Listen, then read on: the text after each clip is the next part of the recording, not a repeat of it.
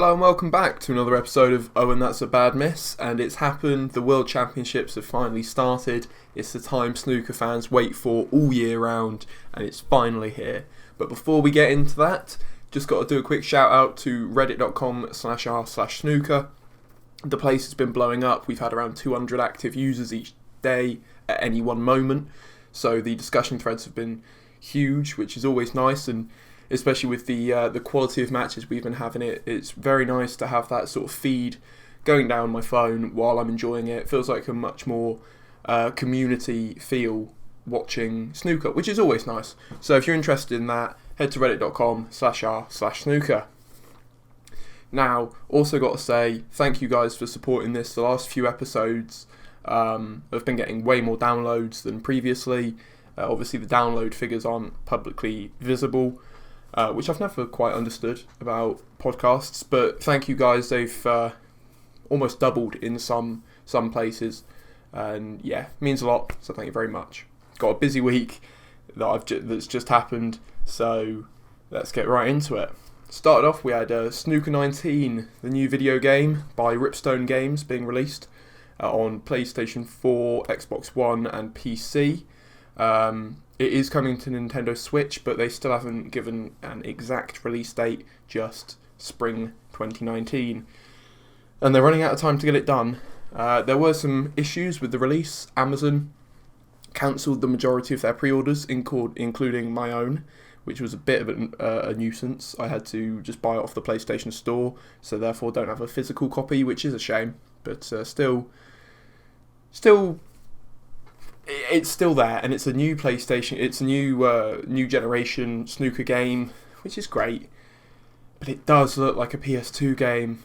I mean, the character faces look great. You can tell which player it is just by sight. But the bodies are all identical. The animation is rigid and stiff. It doesn't look nice. It's the best we've got, because it's licensed and it's got every tournament. I'll give them that. They've put every tournament, every arena. The arenas all look quite nice. And the gameplay, it feels nice to play, so I am playing it quite a lot and I'm enjoying it.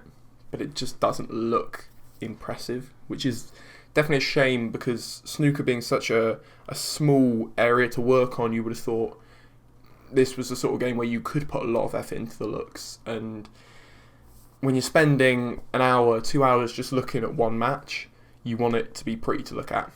I still am very much enjoying the game. I've put a good 4, 5, 6 hours into it, which with my job and everything else I have to do is a lot. I don't play that many video games anymore. So I would recommend it, and I'm clearly not a game reviewer, but I would recommend it for a snooker fan who really wants that current gen experience instead of having to, plug in their old PS2 to play an old game. And it's nice to have all the pros available, but if you're just a casual fan, not that interested, I don't think I can recommend it for that.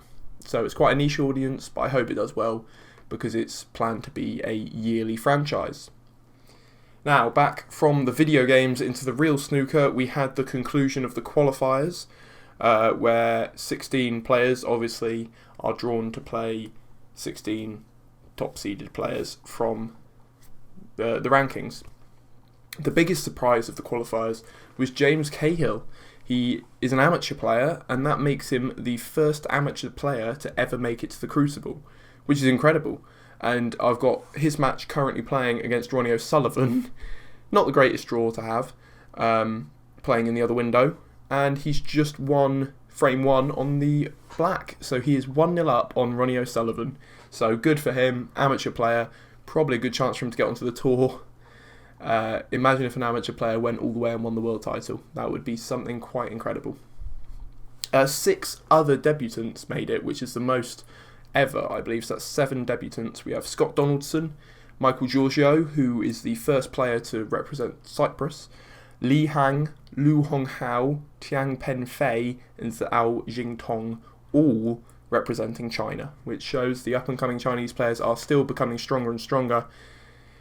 If not strong enough to make it into the top 16, still strong enough to break through the qualifying, which is an absolutely brutal process of winning 3 best-of-19s before the main tournament has even begun. They're joined by returning players Martin Gould, Joe Perry, Mark Davis, Graham Dott, Gary Wilson, Ali Carter, Zhao Yulong, Thepchart Nu, and Anthony McGill. So that rounded up our contestants. We all knew who was playing, and John Parrott and Barry Hearn did the draw, and then we moved on Saturday to the Crucible. And it's the time of year everyone waits for, like I said. Mark Williams returns as defending champion to a huge audience reaction and defeated Martin Gould. Unfortunately, it's a match that will be remembered mainly because of what's happened off the table, with Williams feeling he's being mistreated by World Snooker, not just at the Crucible, but during the rest of the tour over the last year. Now, I personally agree. I think he's been mistreated. He is the defending champion, and just to go through what's happened to him, he was refused entry for his either 11 or 12-year-old son before his match against Martin Gould, when he just wanted to say good luck to his dad. This was due to Williams already using his 2 passes. So apparently, even though it's just your 11 or 12-year-old son asking to wish good luck to his father, because he doesn't have a backstage pass, he isn't allowed in, which is ridiculous as far as I'm concerned. He's not featured on quite a lot of the promotional material, which is quite a surprise because, again, returning champion.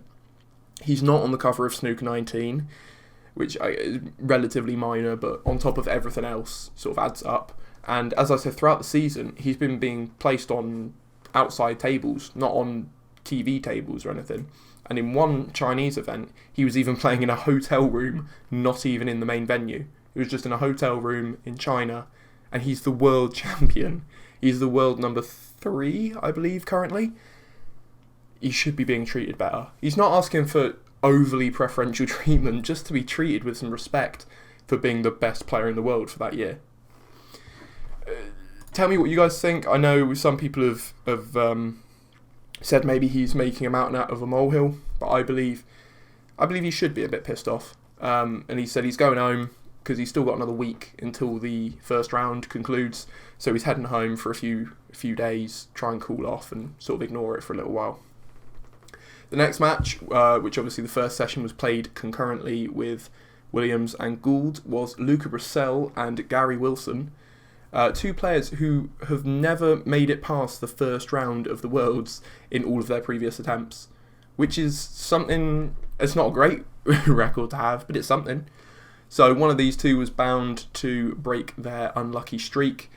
Went to a deciding frame after the second session on Sunday afternoon ran late, so they had to finish after Neil Robertson's match on the Sunday evening. Went to a deciding frame, and that ended up being the longest frame in Crucible history, clocking in at a massive 79 minutes and 31 seconds. Huge. Still a long way off the longest ever, which is over 2 hours, but still huge for a Crucible match. And it definitely dragged a lot of it, but nearer the end you could feel the tension, and it was just what snooker's about, that sort of nervous energy that a lot of the players get at that last moment. Gary Wilson emerged victorious, which is great for him. He's an ex-taxi driver. He dropped off the tour a couple of times. He's contemplated quitting snooker quite a lot, and if you're looking for a way to get to know Gary Wilson more as you go into round 2, check out Dave Hendon's podcast. It was quite a short one. I think it was only 10 or so minutes chat with Gary Wilson about the Crucible and about his past, and it's a good listen, a swift good listen. Neil Robertson and Michael Giorgio followed this, and it looked like we might be having the first whitewash at the Crucible since John Parrott in 1992 with his 10-0 victory over Eddie Charlton. Giorgio trailed 9-0 after the first session and was not playing well at all. He did not look like he was going to win a frame. He didn't look like he belonged there, the way he was playing. Personally, obviously, I know he's a great player, and he's obviously made it through 3 best of 19s, and quite a a nice thing, I know Rob Walker, the MC who announces all the players, gets quite a lot of jip because he's cheesy. He really butchers the names of the Chinese players, and his nicknames are very, very cheesy. But on Michael Giorgio's walk-on in the evening session when he was 9-0 down, Rob Walker mentioned the 3 players that he'd defeated to get there. So the casual BBC viewers and the casual snooker fans would understand, no, this man is already at the peak of his game and deserves to be here. Just because he hasn't quite turned up, the Crucible couldn't get to anyone. But that was quite nice to see Rob Walker standing up and showing the more casual fans why Michael Giorgio deserved to be there. And after that introduction, Giorgio came out, destroyed the first frame, a break of 90, not quite the century, which would have been absolutely perfect, but he got a frame on the board, and it was a great little moment, and he won. Robertson eventually, obviously, won 10-1, but it was great to see Michael Giorgio get a frame on board. Now, Neil Robertson was looking incredible during that match, and I can see why he's now second favourite for the world title. Going in, I think we run a prediction series on r/snooker, and I've got Robertson to win at the Crucible. And I think it's a smart decision. He's definitely found form. He's struggled a lot in the last few seasons, but something must have just got to him and he's finally clicked back in again, which is always nice to see because he seems like a great guy. Now, Giorgio may have avoided the whitewash, but one player not quite so lucky was Lu Honghao, who came up against Shaun Murphy. And Shaun Murphy has had I'm trying to think of a nice way to say abysmal, just a shite season. Horribly. I mean, I think he's number 60-something in the 1 year ranking list, which shows just how bad it was. He's been knocked out in the first round of the majority of competitions he's participated in. And he came to the World Championships just about in the top 16 because of the year before, and knocked in 3 centuries and I think the one frame out of the first 4 where he didn't knock in a century, he got a break of like 40, of like 60 or so. So incredible to see Shaun Murphy turn it around. Now, some people are saying it's because he's come off social media, so he doesn't feel that pressure. And a lot of the BBC coverage was focused on the fact he shortened the distance between his bridging hand and the cue ball. He shortened his bridge, which allows more control, and possibly that might be helping him. His long potting was back to where it was when he won the world title in 2005. He's fantastic, and it's great to see him back where he should be. Unfortunate for Lu Honghao being knocked out 10-0 in the first round, and it is unfortunate because not only was he knocked out in the first round, but he broke 2 records in the meantime with the lowest points scored in a match, 89 points in that entire match, and the worst high break, his high break was only 25. So not looking great for him, but you've got to remember, like with Giorgio, before this match he had already won 3 best of 19s in the qualifiers, so he's got nothing to worry about. Strong start for the future. 19 years old, which is annoying because I hate it when players are younger than me. I mean, I'm still pretty young. I'm 21, but it's infuriating when you got 19-year-olds playing at the top of their level, at the top level of snooker. And now I know how a lot of you lot feel as you see the younger players come through. Ding Junhui was up next, another Chinese player aiming to find any sort of semblance of form as he took on Anthony McGill, who has also struggled during the rest of this season. Ding definitely looked the best he has for a long old time, because after the China Open being knocked out and not showing good form at all, a lot of people were thinking, oof, definitely not his year this year. But he won 10-7, fought off a comeback from McGill, and yeah, looked like the old Ding Junhui in a lot of ways. Still not his prime like 2016 when he made it to the finals, but very good. And again, another Chinese player, this one making his debut, Tian Peng Fei, came up against Stephen Maguire, and Maguire has really struggled in previous years at the Crucible. I didn't notice, but it's maybe because I'm not a huge Maguire fan. He always seems to just hate being anywhere he is. And understandable with the Crucible, because he's only made it past the first round once in the last 6 years. And for a player who's so consistently in the top 16, he should be doing better than that. He was very lucky to make it through late last night in a deciding frame, but that match will be seen as quite controversial due to the refereeing of Marcel Etgart. Peng Fei was attempting to escape a snooker, and the pink and red were touching, and in real time it looked almost simultaneous. Obviously, Marcel has a look at the monitors, and in the slow-mo, you could see that the way the red moved, it could only really be done by the cue ball striking the pink first, and therefore obviously a foul.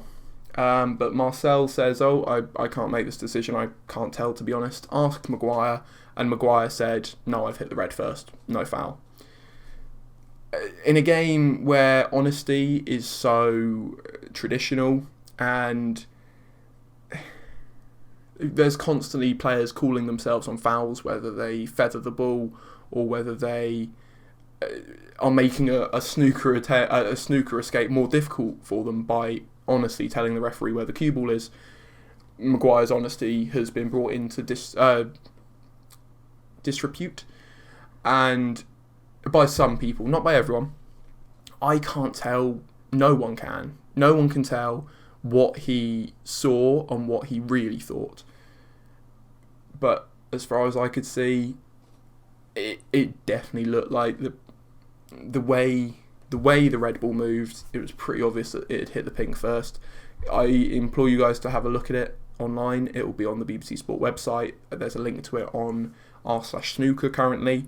I can't promise it'll still be there because YouTube may take down the link for copyright reasons, but yeah, one of those awkward things where that could have been the difference between Tian making it to the next round and not.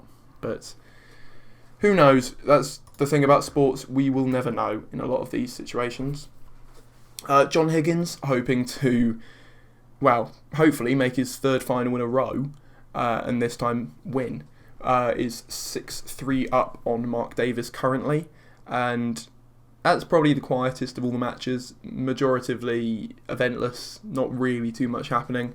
Mark Selby has had his first match in a tournament he is synonymous with dominating, and yet he is 5-3 down to debutant Zhao Jingtong, and which is good news for me, because in my predictions I did have Mark Selby to go out in the first round. But obviously, I'd rather not see him go out in the first round. He'll be dropping down the rankings like nothing after this tournament if he goes out in the first round, because he won it 2 years ago. So this could be the bullet in the end of Mark Selby's prime, which is a shame, but all good things do have to come to an end. Not saying he won't return to world number one or return to his prime, but just this current streak of form, it may be dead and buried. Still to come, we have David Gilbert versus Joe Perry in a quite a strange situation where the seeded player is actually the underdog, where Dave Gilbert is the seeded player, and the majority of bookies are taking him as the underdog. We have Barry Hawkins against Li Hang, another Chinese debutant, but this time he's coming up against Barry Hawkins, who always seems to sort of fight his way to the quarterfinals, but never too much further, never really taking it all the way. Would be good to see either of them have a good run this year. Kyron Wilson against Scott Donaldson, with Wilson hoping to continue his traditional form in the BBC events. He always seems to do quite well in the big events. The first time I became aware of him properly after returning to snooker was during the World Championships, and he did well in the Masters a couple of years ago, losing to Mark Allen. And a lot of the BBC there's more casual snooker fans who only watch it when it's on BBC or ITV that I've spoken to, do seem to quite like Kyron Wilson. And we have two former world champions coming up against each other, with Stuart Bingham against Graham Dott. Obviously, Graham Dott winning it a lot longer ago, and Stuart Bingham being the surprise winner no one could really have predicted. So it will be interesting to see how that works, with Stuart Bingham doing well, relatively well this season, and Graham Dott struggling quite a lot until the World Championship qualifiers. Jack Lisowski hopes to go far in his second appearance at the Crucible against good old Mr. Angry, Ali Carter. Carter clearly not over his beef with Ronnie O'Sullivan, coming out in an interview with World Snooker, saying that he really wanted to draw Ronnie in the first round, which could have been interesting after obviously Shouldergate last year, which, I don't know, has no real place in this sport, does it? If you've got beef, get over it, grow up, stop being stroppy little kids, as far as I'm concerned. And I don't know, I'm not a big fan of Ali Carter anymore. I used to like him when I was younger watching the sport, but that's before I sort of got to know the personality and see that he's sort of not got over his beef with O'Sullivan because he's apparently a child. Mark Allen against the final Chinese debutante in Zhao Yulong. Could be interesting, that match, with Mark Allen sort of having quite a hit and miss season and Yulong being one of the most promising young Chinese players. And in what could be the fastest match that could ever happen at the Crucible, we have the shootout champion Tepchar Unu against Masters champion Judd Trump. Will be very interesting to see how Judd plays, because with his success this season, he seems to have slowed down his play a certain degree, but will he be brought into his old tricks and maybe forced to make a few more mistakes by the increased pace of play that Tepchar Unu possesses? And obviously, as I mentioned earlier, being the first amateur player to make it past the qualifying stage may have had James Cahill flying high, but drawing an on-form Ronnie O'Sullivan definitely brought him back down to earth. Although, like I said, he took the first frame 1-0. As I'm watching it now, it's currently 1 apiece, and O'Sullivan is 39 points ahead in the third frame. But Cahill seems to be doing relatively well. Will be good to see how this match goes on. And that is all I have for you this week. Hoping you got... Oh, wow, that's a cracking pot from James Cahill. From tight up against the baulk cushion, full length of the table, drops in a red. Absolutely fantastic. Hope you guys are enjoying the snooker. I don't know why I'm telling you what's happening. You would have already seen this. This won't be coming out till this evening. Hope you guys are enjoying the snooker. We are in for a treat. The first 2 days have already been fantastic.